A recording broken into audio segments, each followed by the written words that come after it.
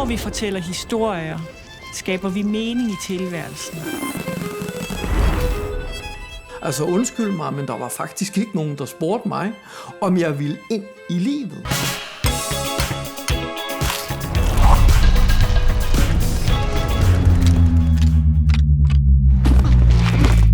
Sansningen er enormt meget vigtig.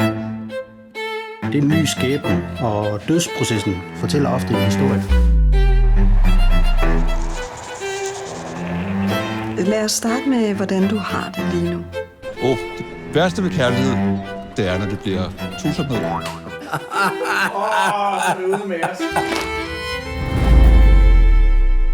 Det kan jeg aldrig glemme.